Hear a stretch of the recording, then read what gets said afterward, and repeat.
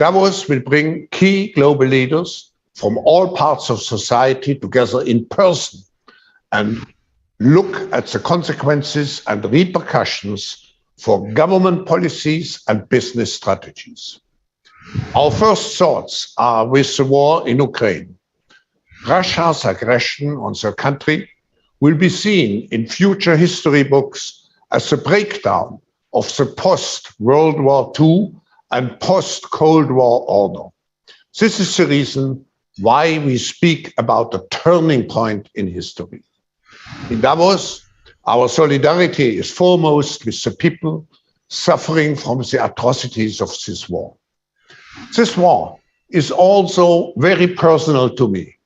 My earliest childhood memory is sitting in a shelter and hearing the bombs coming down. My life, therefore, was and is devoted to reconciliation and bridge-building efforts. And I never would have imagined that the unacceptable specter of war in Europe would become reality again. We will do whatever we can in Davos to support Ukraine and its recovery. And the World Economic Forum hopes that one day, in the not too distant future, the space for bridge building emerges once again. There are additional reasons which make Davos so timely this year. It is the first face-to-face reunion after what we all hope is the tail end of the most significant health catastrophe of the last 100 years, the COVID pandemic, causing 15 million deaths, according to the WHO. Thus, our big question in Davos should be, how do we develop the necessary personal, national, global resilience to be much better equipped in the future, not only for a virus, but for any breakdown of our life-supporting systems? Evidently, the protection of nature and climate comes first to mind. We all know that humankind has been left with only a few years to change course. The window of opportunity is rapidly closing. Therefore, Davos 2022 must and will also be a climate summit. It will bring together the most relevant actors, and it will drive action for all the forum's initiatives in this field. That includes the First Movers Coalition, launched at UN Climate Summit COP26, the 1 Trillion Trees Project, and many more. Also, fostering energy transformation will be at the center of many discussions in Davos. The return of war, epidemics, and the climate crisis, all those disruptive forces have derailed the global recovery. Inflation has not been this high in decades. But what is so worrying about this is the loss of purchasing power, particularly painful for those who had already difficulties before to secure their livelihoods. Our global economy is out of balance. There's too much debt, too much inflation, too much inequality, and not enough growth. Particularly worrisome is that ever larger parts of the global population are confronted with existential choices or even fall back into extreme poverty and hunger. Those issues must be confronted in Davos, and the global food crisis in particular needs our immediate attention. So how can Davos make a positive contribution to all those challenges in a world which is deeply stuck in crisis management? The answer is threefold. First, the challenges cannot be addressed by governments, business, or civil society alone. The World Economic Forum is the international organization for public-private cooperation with an official participation of more than 90 governments in Davos. Our multiple collaborative initiatives will drive progress by strengthening global and regional cooperation, by preserving nature and fighting against climate change, by developing new economic and social policies, by accelerating responsible ESG industry transformation, and by using the disruptive technologies such as artificial intelligence, blockchain, and quantum computing for the benefit of society. To remain ourselves at the forefront of technological progress, the Forum will announce in Davos a new initiative, the Global Collaboration Village in the Metaverse. So there's another reason for Davos fulfilling a very special function. Challenges have economic, political, ecological, technological, and social dimensions and implications. Davos is a place to understand and to see the world in its systemic complexity. Therefore, the program is so rich, so overwhelming, with over 400 sessions. It is a place to gain new insights into the complexity, to connect the dots, supporting more enlightened decision-making collectively and individually. And finally, when it comes to business and economic activities, Davos is not a place for narrow self-interest. It is instead a place for the implementation of the notion of stakeholder capitalism, a concept I'm fighting for since 50 years. A forum partner is asked to value the contribution not just of shareholders, but of all those other stakeholders who are essential for business success. As I wrote in my recent book, Stakeholder Capitalism, Davos stands for a global economy that works for prosperity, people, and the planet, the 3 Ps. We are all keen to see one another again in person. The atmosphere in which Davos takes place will be welcoming, but it is also of utmost seriousness. There is no place for the frivolous fringe that seeks to distract and divert attention. And I condemn it wholeheartedly, particularly of those who have nothing to do with the World Economic Forum community and just come to Davos to hijack our brand. But to summarize the essential, in a world which is becoming more fragmented, more divided, and where many of the traditional multilateral organizations tend to become dysfunctional, or at least mistrustful, a global platform based on informal, trust-based, and action-oriented cooperation will be ever more relevant, more important than before. Thank you, and back to you, Adrian. Thank you. See you all in Davos. Thank you very much, Klaus. Bulga, can I turn to you just for an overview of the leaders that we will be expecting to see in Davos in a week's time? Thank you, Adrian, and thank you also, Klaus. We have a very, very strong show of leaders in Davos. 2,500 leaders from governments, business, civil society, and media leaders will gather. And also, as already underlined, the backdrop is the most complex and difficult geopolitical and geoeconomic backdrop for decades. We will have more than 50 heads of states and governments discussing what can be done to address the most pressing issues. And this is more head of states and governments that we even had in our 50th anniversary back in 2020. I think this shows that leaders are also now very keen on coming together in a multi-stakeholder way and also meet with business leaders and see what can be achieved.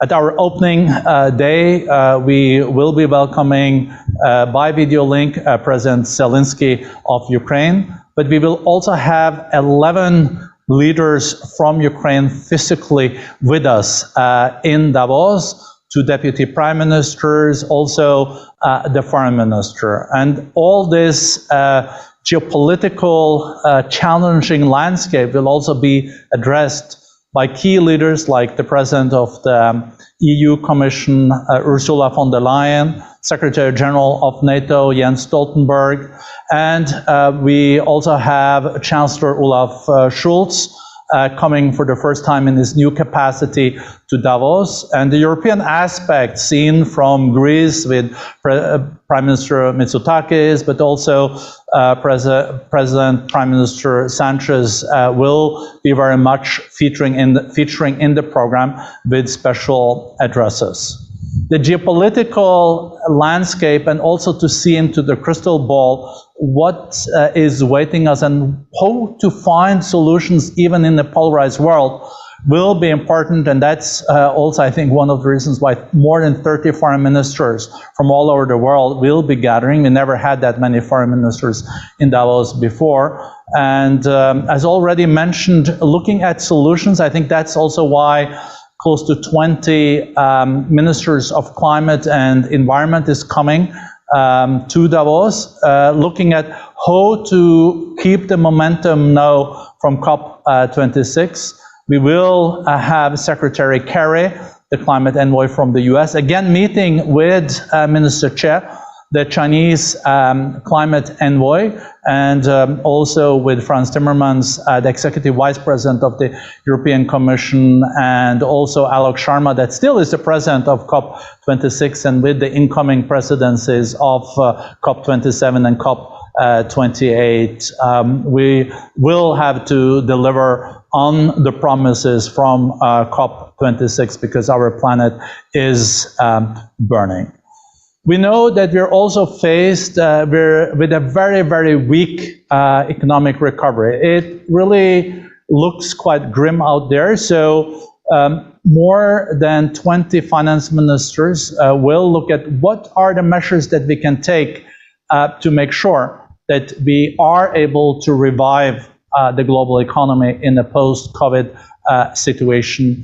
And together with the finance ministers, we'll also have governors of central banks and the key ones like Christine Lagarde, also with the head of Bretton Woods like Kristalina Georgieva, IMF, also Dr. Ngozi from the World Trade Organization. And talking about trade, we do know that there will be no real recovery if we can't again revive global trade and investments. And 17 ministers of trade and industry will meet, and we'll also have an informal trade ministerial meeting to see how to avoid new tariffs, how to avoid protectionism, how to avoid new steps being taken now to also stop export of food, because we know that we are facing a food crisis, we are facing an energy pricing challenge, and we are faced with unprecedented global value chain crisis that can add to the complexities when it comes to reviving the global economy. We also know that the digital divide in the world is very essential, and we will, with ITC ministers, also address this challenge. We have 20 ITC ministers and education ministers looking at what can we do to make sure that we close this digital divide. So I think this is really a critical mass.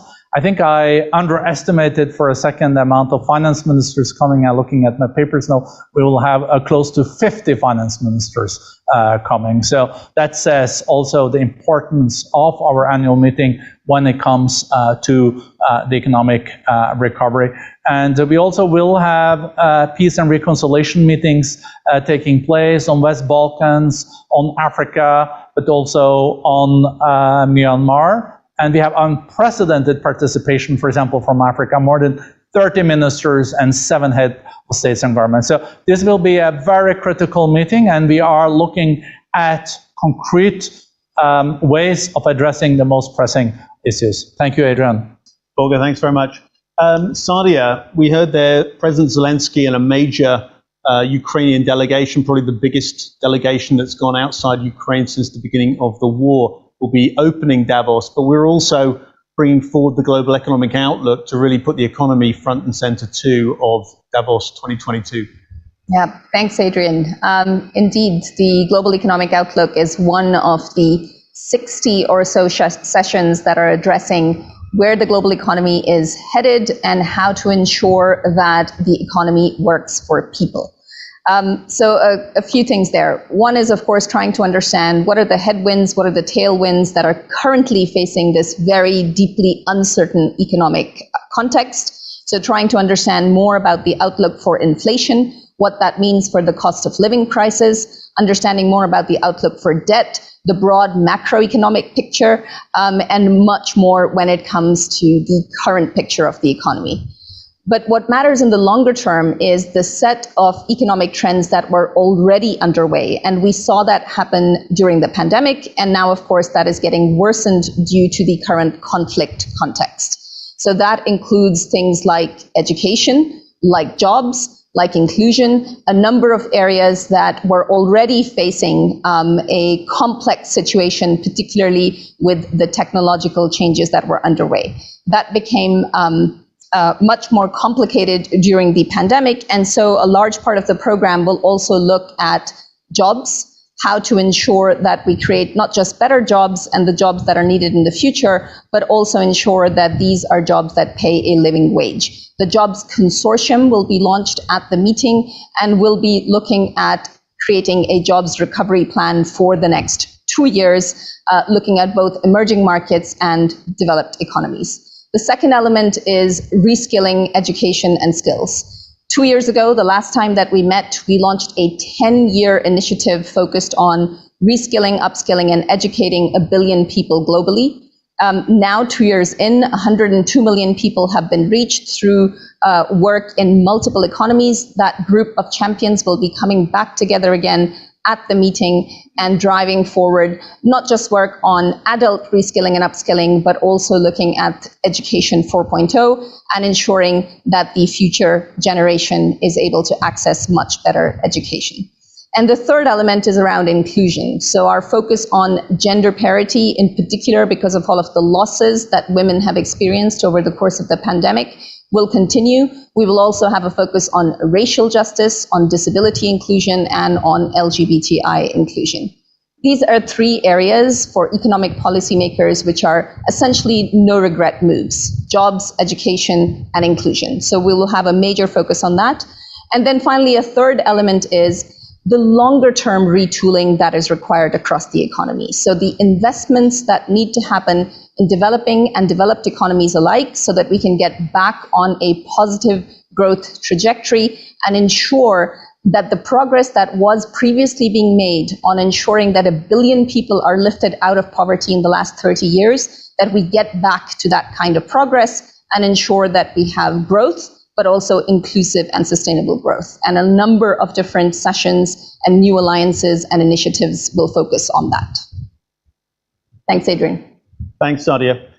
Gim Wei, as Borge mentioned, there'll be a big presence by climate ministers and envoys in Davos. Can you just give us the headlines on what you're hoping to see the meeting achieve from your perspective? Sure. Hi, everyone. So for the climate and nature agenda, Davos meeting is one of the most important arrangements. It brings together people across all sectors, people, private and public. And we know that on issues of environment and climate, we need all hands on deck, right? And to help achieve the goal. Cannot leave anyone behind. If I could just talk through some of the key objectives and the program that we've lined up, is actually very much oriented towards the objectives we're hoping to achieve. Is threefold. One, we need to continue to expand the coalition of leaders who will be engaged and proactively contribute to climate solutions. And my hope is that the leaders, whether you're from the public or private sectors or from the people sectors, you will not just be a leader of your respective domains, but also be a climate hero. So that's one. Can we continue to engage and get more people energized and proactively contributing towards the solution space? The second objective, which is what Borge alluded to, is that beyond the commitments, I think the world is eager to see solutions. Climate crisis is upon us. We are already experiencing extreme drought in many locations today, and this will happen with a lot more frequency with each day passing on and us not acting fast enough. So a lot of the discussions will really be around the various actions and plans companies, governments are pursuing, and the partnerships that is necessary to really continue the momentum forward. So you will see panel discussions around decarbonization across industries, especially the hard-to-abate sectors. And by this, I mean shipping, aviation, trucking, the mobility sectors, materials, steel, aluminum, concrete, cement, as well as chemicals, and not forgetting agriculture, which is also a key source of emissions today. So we will have conversations that are lined up to explore solutions and also new technologies that we could invest into and scale so that we can actually accelerate the transition process. The last area of opportunity that I also want to highlight here, which Prof. Klaus mentioned in his opening remarks, is also around investing into nature. Our Trillion Trees challenge and various efforts around nature-based solutions will also be part and parcel of the conversation space. The last objective that I want to highlight is the fact that we are living in difficult times.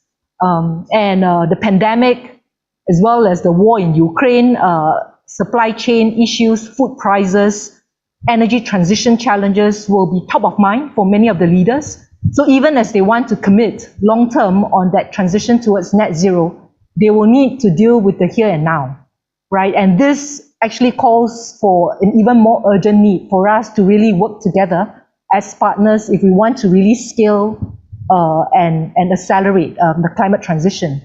Very much the focus of the conversations will be around people and partnerships.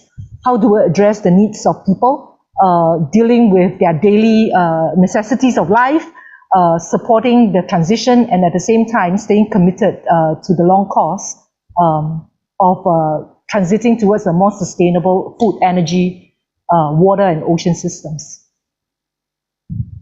Kim Hui, thank you very much. Glad to hear from all of my colleagues, but glad too to hear from all of you, and great to see some familiar faces on the screen. Ishan Tharoor at the Washington Post. Ishan, good to see you. You have a question for us. Yes, thank you, Adrian. Thanks to you all. I really look forward to seeing you all in a few days on the mountain. I'd just like to circle back to the theme that Davos announced last year, the idea of the Great Reset.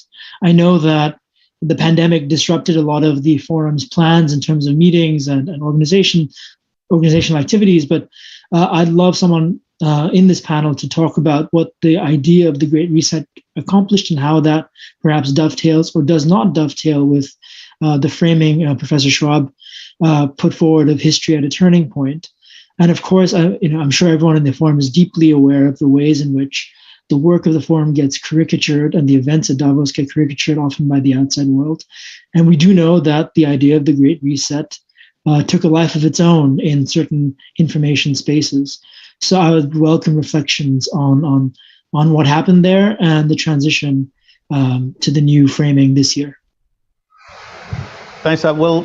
It's one of the few questions I can probably answer directly, Ishan, which is to say that the forum is grounded in the fact-based, kind of policy-based world, and so the Great Reset was an attempt to put policymakers into a positive and forward-looking frame of mind. And you're right, it has played out in some areas of the sort of 4chan and 8chan conspiracy sphere.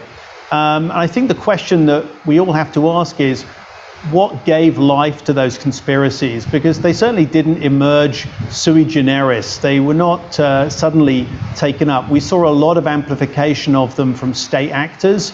And in fact, we've seen since the war in Ukraine something of a subsidence of some of those kinds of pieces of misinformation. So I think there's a genuine question out there for a lot of the folks who are doing some very good reporting on misinformation and where it comes from, to look at where this kind of stuff is being generated, because it is being generated. But frankly, it remains at the margins. You know, the important issues that we're going to be talking about in a week's time really are, they're dealing with the consequences of the war, they're climate change, they're the economy, as you've heard from colleagues. So I think the invasion of Ukraine has marked, as Klaus said, this real historic turning point, and that's what we'll be unpacking with everyone, yourself included, in a week's time. Want to, if I may, move on to Andrew Edgecliffe-Johnson. Andrew, have we got you on the line? Thank you, Peter. Yes. Thanks for taking the question. As Professor Schwab sort of indicated, Davos has been heavily focused for many years on implementing stakeholder capitalism. It seems as though we're seeing more public skepticism being voiced about greenwashing, more friction, certainly in the US, where I'm based, over the proper role of business in public debates in social issues. Do you see a meaningful backlash happening against stakeholder capitalism? And if so, how do you recommend that business leaders coming to Davos next week navigate that backlash? I think that's a really interesting question. I mean, I think the background to it is that really stakeholder capitalism has kind of gone mainstream now, I think, and there's a lot more flesh on its bones than there were in previous years. Borge, maybe I can turn to you to answer that one. Thank you, Adrian, and thank you, Andrew, for that important question. I'm really glad that there is more focus on if companies are also walking the talk, and we have seen companies really stepping up. And this is also related to the first question. I think that many of the most pressing global challenges now cannot be met with or addressed without also working together with governments and business. So, for example, when we launched the First Movers Coalition with Secretary Kerry and President Biden at Glasgow, where we had 30 of the largest companies, the purchasers of the world, like the Apples and the Amazons of the world, saying that they're committing to then make sure that they will only buy from suppliers that leave less of a CO2 footprint. This is really what matters. But you cannot join such a coalition without then delivering on it. And we have, for example, the CEO climate leaders that we have now more than 100 of these companies and CEOs. And you cannot join this coalition without then having a clear plan on how you go net zero by 2050. But I think it's very important that the media also hold the companies accountable for this. But I don't think we can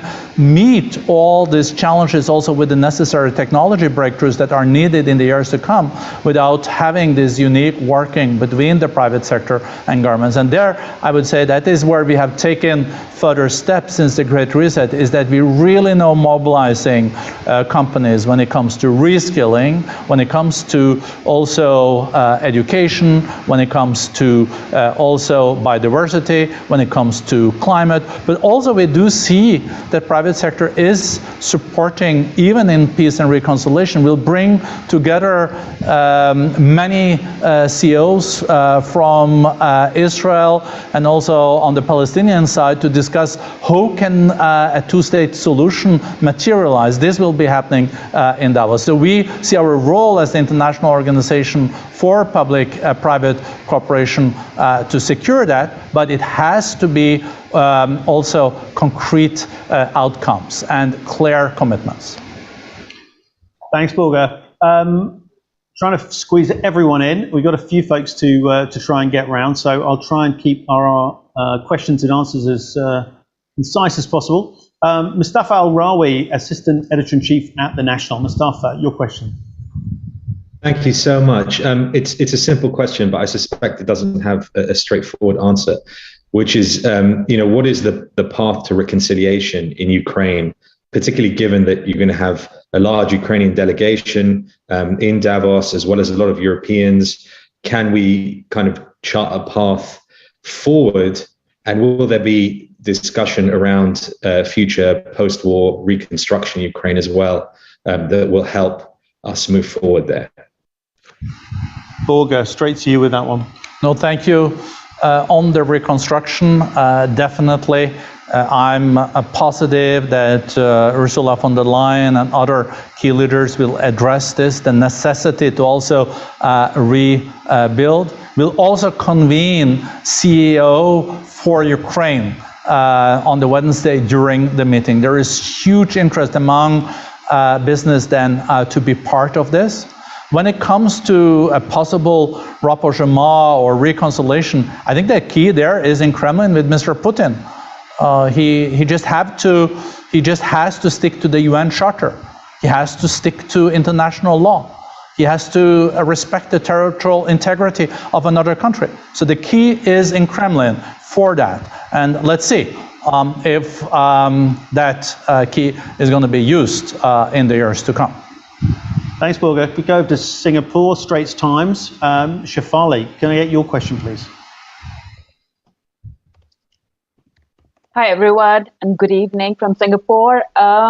It was really good to hear Professor Klaus Schwab mentioning that Davos 2022 will also be a climate summit, and you have many ministers coming over. I was just wondering, just today, a short while ago, the UN chief Antonio Guterres called for a renewables Marshall Plan to deal with the sustainability crisis. I was wondering if we could get some views on what he just said, and can we really be optimistic about the world giving the issue the attention it deserves? And also, how does WEF assess the impact of your own sustainability efforts so far? Thanks for that. I'm going to turn to my colleague Kim Wei, but not before I throw in that on our sustainability efforts, we've just renewed our ISO certification for Davos. And as most of you will know, the overwhelming majority of our participants arrive by shuttle or by train, and emissions in Davos actually go down during the week of the meeting. So I think in terms of sustainability and with the carbon offsetting that's applied to all travel, we know that carbon offsetting is not perfect, but it's probably one of the most sustainably organized meetings in the world, if not the most. Kim Hui, on those other issues, your thoughts? Yeah, thank you. And thanks, Shafali, for your question. A lot of our work is oriented around providing insights, having robust exchanges amongst participants, and hopefully also catalyzing action and building partnerships across. And this will be no different for the environment and climate agenda at Davos. And right now, the focus, other than to share ideas and trends, is also to think about the most important partnerships that can really help scale and accelerate climate action, right? And we want to do this ideally at the lowest costs and to be inclusive and make it extremely accessible for all parts of the population and the world, different economies and different communities. Thanks for that. Going to Jin Hao from China Media Group. Jin Hao, great to have you here. Yes, thank you very much. Good afternoon. This is Zhang Jinhao from China Media Group, and thank you for taking my question. So we know that the world is facing many different challenges, but there are also opportunities and solutions. So how do you view China's role in it, including the continuous promotion of reform and opening up? Thank you very much. Thanks for that. Holger, can I turn to you on that one? No, thank you. Thank you for that important question. As we all know, the relationship between the G2, China and the US, is incredibly important for the whole world. These two economies are almost 50% of GDP. And we are very pleased that we will have also then Minister and Climate Envoy Che with us in Davos, and we know that when China and US come together, we can also see clear results. Without the collaboration between Minister Che and Secretary Kerry in the last minutes of COP26 in Glasgow, there would not have been a deal that brought us back on a path for 1.5 degrees Celsius. So in the years to come, we will hope for more collaboration between the world's nations, because global challenges need global solutions, and the global solutions can only be reached if we have this kind of cooperation. Thanks, Volker. Jamie Keaton from Associated Press. Jamie. Hi, Adrian. Thank you. Nice to see you all again. I just had a quick question. The WEF annual forum is traditionally been a venue to foster dialogue, even difficult dialogue. I'm just wondering, this year, could you give us a little bit of a insight into your thinking about whether or not to invite any Russian delegates, whether official ones or otherwise? Thanks. Sure. Bulga, as you said, there's going to be a lot of dialogue anyway on issues like West Balkans and other parts of the world. But what was the thinking in terms of Russian participation? So we decided this year to have no Russian business participation, and there no one representing the Russian authorities in Davos this year. And I'm positive that that was the right decision. We do hope, though, that Russia will follow a different path, as I already underlined, in the years to come, to start to stick to the UN Charter and to their international obligations. But we will have, representation from 90 different countries in Davos, and we will also have a focus, as Adrian mentioned, on many challenging regional topics, being Myanmar, West Balkans, Israel, the Palestinian situation, also other challenges in the Middle East. Thanks, Bulga. We've got time for two last questions, which are readouts. One is from Astro Awani. There's a wave of inflation and global discontent. What are the actions needed to brace these two scenarios happening simultaneously? Sadia, maybe I can turn to you on that. Sure, thank you. Policymakers do indeed face a very difficult balancing act at present to ensure that they are slowing down to some extent the current set of stimulus being provided, and at the same time to ensure that we don't slam the brakes so hard that there's a stagflationary situation. So it will be quite a lot of conversation that will be focused on policymakers coming together along with business leaders, analysts, experts, and others. Second element is there are, of course, a set of investments to the point around opportunity that was made earlier. There are a set of investments that can get us out of this situation for the longer term. And that is, for example, a $2 trillion return from investment in education 4.0 technology, a $6 trillion return from reskilling and upskilling and preparing people for the future of work, at least a 2.5 times return on investing in jobs in the social sector, whether that's care, whether that's education or health. So there are a number of things that policymakers can shift towards now that will address exactly what you are talking about, which is the broader sort of societal strife that we are currently seeing, and that is needed if we want the next generation to do better than the current generation. Sadia, thank you very much. Final question before we hit the time wall from Sophie Estienne of AFP. Bulga, I'll leave this one with you. Do you feel like it's going to be a business as usual Davos? In the current geopolitical and geoeconomic circumstances, there is no business as usual. We really need to use this historic turning point to get it right when it comes to climate. You have to get it right when it comes to respect for international law and the UN. We also have to get the recovery inclusive and also not breaking with what is needed from and for the planet. So there's no business as usual. We just need to know, come together, and also then move into uncharted territories, but with these principles that I just mentioned. And I'm sure that the World Economic Forum, with 2,500 participants in Davos, also from all walks of life, can, in the areas that we have now mentioned, make a difference. And we'll make sure that companies also then commit to contribute in a positive way when it comes to the digital divide, when it comes to climate, when it comes to loss of biodiversity, when it comes also to investing in skills, upskilling, right skilling, and to get a much more inclusive recovery. Olga, thank you. And thanks to all of you for joining us, and hoping to see you next week. From Klaus, Yimhui, Borga, Sadia, and myself, have a very good rest of your day, and look forward to seeing you next week. Thank you.